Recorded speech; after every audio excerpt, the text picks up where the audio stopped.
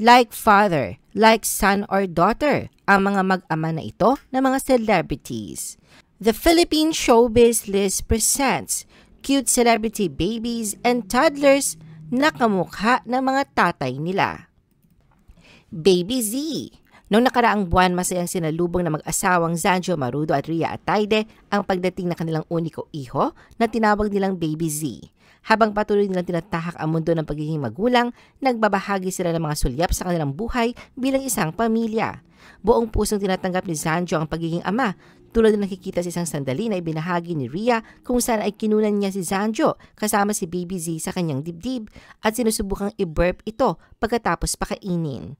Ilang araw matapos manganak si Rhea, nag-upload din siya ng larawan ni Zanjo karga ang kanilang anak, samantala marami namang nag-aabang sa pa-face reveal ng celebrity couple sa kanilang panganay. Hanggang ngayon kasi ay hindi pa rin ipinapasilip ni Zanjo at Rhea sa publiko ang mukha ng kanilang baby at pati ang pangalan ng sanggol ay wala rin silang binabanggit. Pero sa isang panayam, nang matanong ang ina ni Rhea na si Sylvia Sanchez kung sino ang kamukha ng kanyang unang apo, ayon kay Sylvia, kakulay si Baby Z ng tiyuhin nitong si Arjo Atayde, pero paniniyak na nagmana ang mukha nito sa amang si Zanjo. Isabella Rose. Ang nag-iisang anak ng mag-asawang Luis Manzano at Jessie Mendiola na si Isabella Rose na tinatawag ding Peanut o Rosie ay tunay na isa sa mga pinakamagandang celebrity toddlers. Isinilang noong December 28, 2022, agad na nahulog ang puso ng marami sa kanyang beautiful features mula nang ipakilala siya sa publiko. Bagamat walang duda na nakuha ni Rosie ang kanyang magandang mukha sa parehong mga magulang, mas nanaig naman ang ilang katangian nito na namana sa ama. Pag-amin ni Jessie, ang kulay ng mata at buhok ni Rosie ay nagmana sa kanya, pero the rest ay nakuha daw lahat ni Luis, lalong-lalo na ang kakulitan nito. Katunayan sa ilang social media post, kinaalyuan ang kunwari ang tampo ni Luis kay Rosie dahil sa parang mas malapit daw ang anak kay Jessie kesa sa kanya.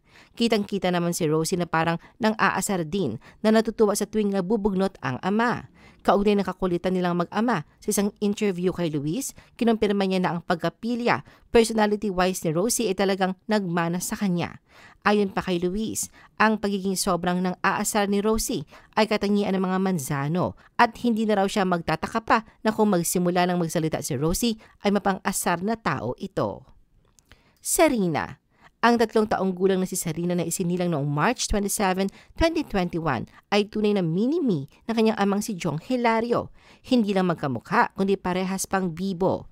Tila natural na kay Serena ang pagiging center of attention sa iba't ibang okasyon. Sa kanyang pagiging bibo, hindi katakataka kung bakit maraming beses na siyang naging viral sa social media. Matatas itong magsalita, magaling kumanta at sumayaw, kaya tuwang-tuwa sa kanya ang mga sumusubaybay at nanonood sa performances nila ng ama sa YouTube channel nito.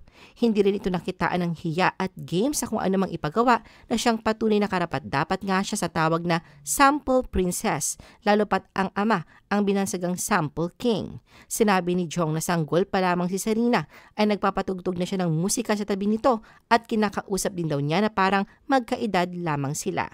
Kaya naman marami sa fans ng mag-ama ang umaasa na patuloy makapagbibigay ng saya at inspirasyon si Serena sa kanyang pagiging masayahin. Astro Phoenix. Isinilang noong June 4, 2022 ang 2 taong gulang na si Astro Phoenix, ang pang-apat na anak nina Drew Arellano at Iya Villania. Bagamat ilang buwan mula ngayon ay matatapos na ang pagiging bunso dahil sa pagdadalang tao ng ina, masasabing sulit na sulit naman ito ni Astro. Ngayon nga ang cute little boy kasama ng kanyang ate at kuya ay nagbibigay ngiti sa pamilya kasabay ng pagiging makulit nito. At kung kakulitan nga ang pag-uusapan na likas na sa kanilang pamilya, hindi nalalayo ang katangiang ito ni Astro sa ama. Sa Instagram page ni Drew, makikita ang nakakatuwang pangungulit niya sa bunso.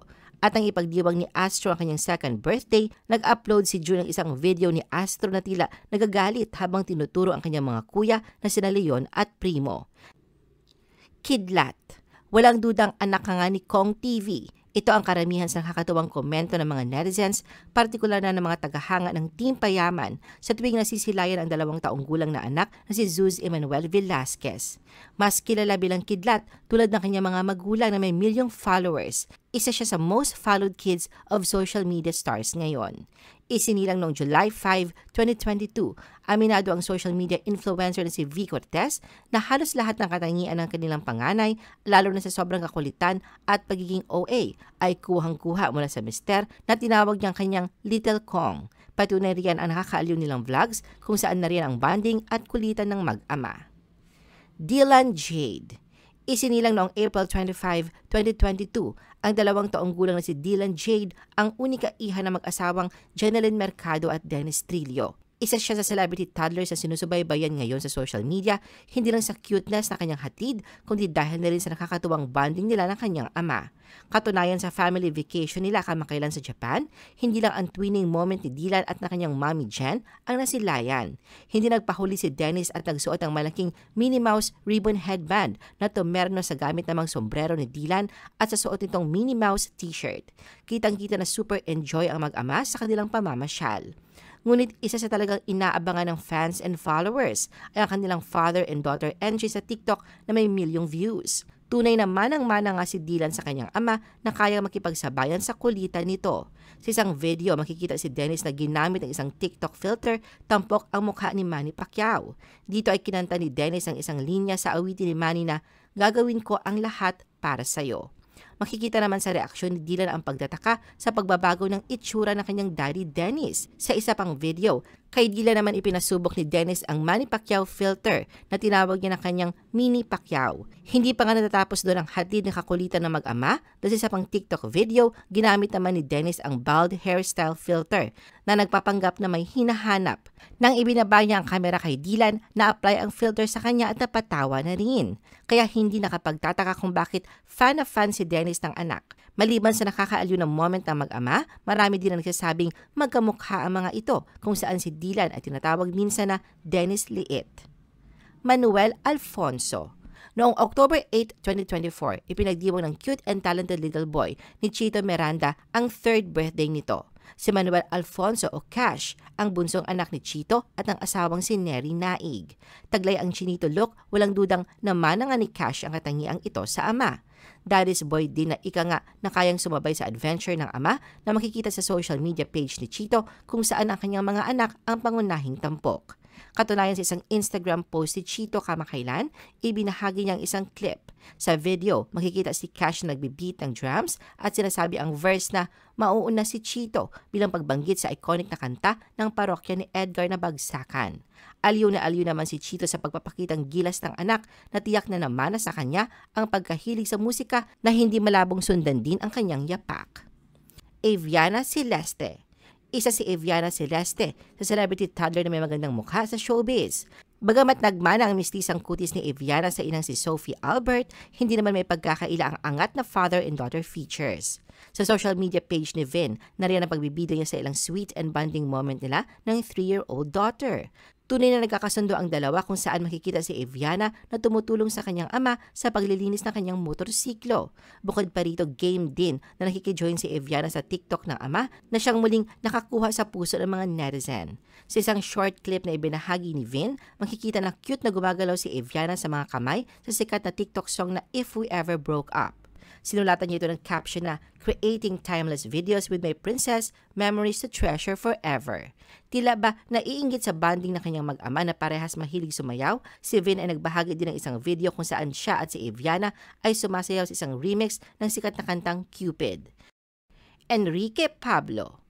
Isinilang noong July 15, 2021. Ang 3 taong gulang na si Enrique Pablo ang bunso at uniko iho sa 4 na mga anak ni Patrick Garcia sa asawang si Nika. Taglay ang tisoy features, para nga pinagbiyak na bunga si Patrick at Pablo. Kaya naman karamihan sa komento ng mga netizens ay nagsasabing hindi sila magtataka kung papasukin din ni Pablo ang pag-aartista tulad ng ama na dating crush ng bayan. Kiko. Ang 2 taong gulang na anak ni Smokey Manaloto na si Kiko na ipinanganak noong August 2022 ay patuloy na naghati ng overload cuteness and charm mula lang ipakilala ito sa publiko. Naging ganap na ama sa edad na 51 sa kanyang non-showbiz partner, pinatunayan ni Smokey na hindi pa huli ang lahat sa pagkakaroon ng anak. Sa kanyang social media post sa tuwing nagbahagi ng mga larawan, agad na nakakuha ito ng atensyon sa mga netizens dahil sa adorable na itsura ni Kiko. Sa isang post ng mga larawan, makikita siya nakaupo sa high chair, nakasuot ng pulang t-shirt, itim na shorts, puting medyas at itim na sneakers. Ang singkit na mata ni Kiko ay walang duda ding nagmana kay Smokey. Para bang alam nito kung paano magbigay ng ngiti, kagaya ng komedyanteng ama na sanay sa paghahatid ng good vibes.